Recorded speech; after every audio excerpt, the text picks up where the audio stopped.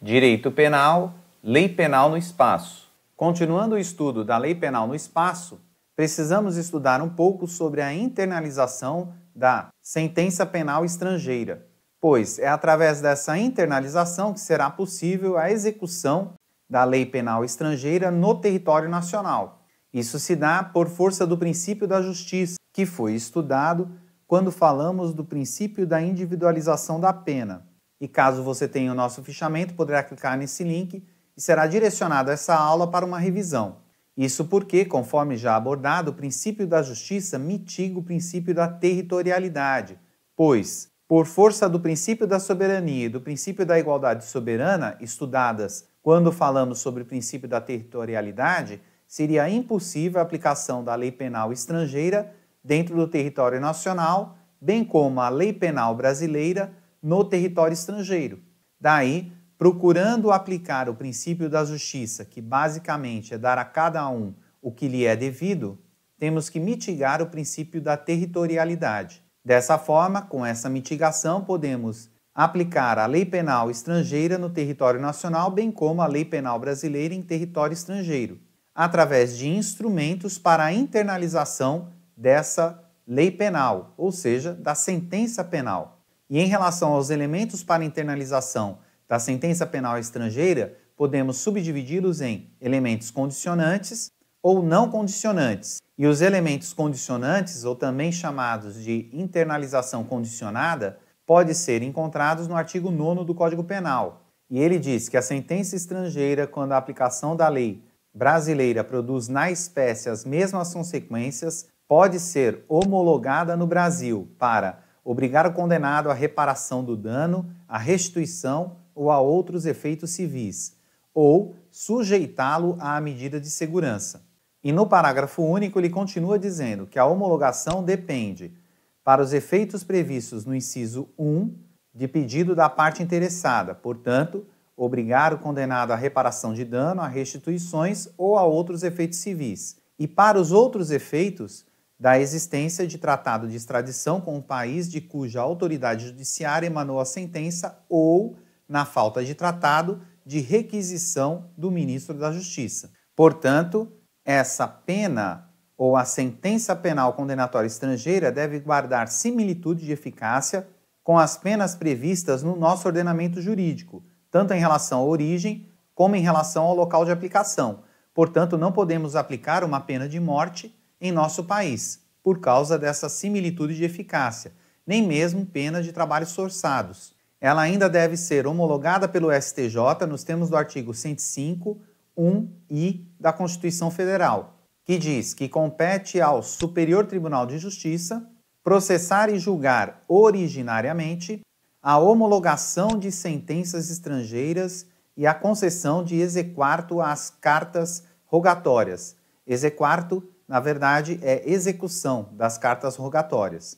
Além disso, a sentença penal estrangeira deve conter alguns requisitos, dispostos no artigo 787 a 790 do Código de Processo Penal, que iremos estudar de forma mais detida nas aulas de processo penal. Entretanto, de forma en passant, podemos dizer que ela deve ter trânsito em julgado na origem, nos termos da súmula 420 do STF, que deixa claro quando afirma que não se homologa a sentença proferida no estrangeiro sem prova de trânsito em julgado.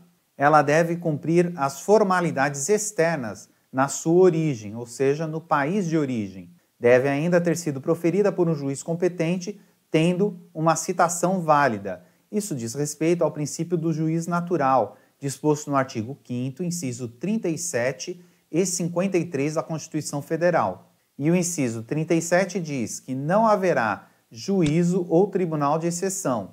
E o inciso 53 reforça, dizendo que ninguém será processado nem sentenciado senão pela autoridade competente. Essa sentença penal estrangeira ainda deve ser autenticada por um cônsul brasileiro e ainda ser traduzida por tradutor público. Dessa forma, teremos uma homologação separada em dois quesitos diferentes. Quando ela dizer respeito à reparação ou restituição, bem como outros efeitos civis, terá como condição a requisição do interessado. Nesse caso, assim que ela for homologada, ela se torna um título executivo judicial, nos termos do artigo 515-8 do CPC, que informa que são títulos executivos judiciais, cujo cumprimento dar-se-á de acordo com os artigos previstos nesse título, a sentença estrangeira homologada pelo Superior Tribunal de Justiça. Portanto, a partir desse momento, ela poderá inclusive ser protestada. Ou ainda teremos a homologação do STJ de medidas de segurança tendo efeitos penais. Nesse caso, deverá haver tratado de extradição na sua origem ou requisição do ministro da Justiça. Por fim, em relação aos elementos para a internalização da sentença penal estrangeira, teremos os elementos não condicionantes, que podem ser chamados de internalização incondicionada. Esses elementos não condicionantes se encontram dispostos no artigo 63 e 64 do Código Penal, que diz respeito à reincidência, quando fala que verifica-se a reincidência quando a agente comete novo crime depois de transitar em julgado a sentença que, no país ou no estrangeiro, o tenha condenado por crime anterior.